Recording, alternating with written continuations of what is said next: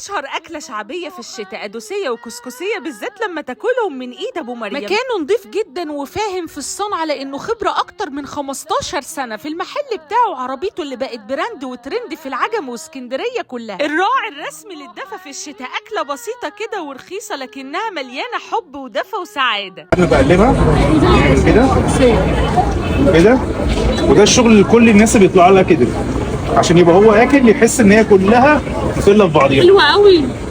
فاهماني حضرتك؟ انا فكرتك هترش بس كده. لا لا لا لا، ده والله ده نظام شغلنا. كل الناس اللي موجوده عندنا هنا وموجوده على الصفحه تشهد لنا بكده. كمان لو عايز عليها تندر. أنا فعلا أول مرة أجرب الكسكسي والقدوسية من على عربية في الشارع بالنظافة والكواليتي العالي قوي ده والطعم الجميل جدا. دايما عربيته زحمة جدا. لايك وشير ولازم تروحوا تجربوه.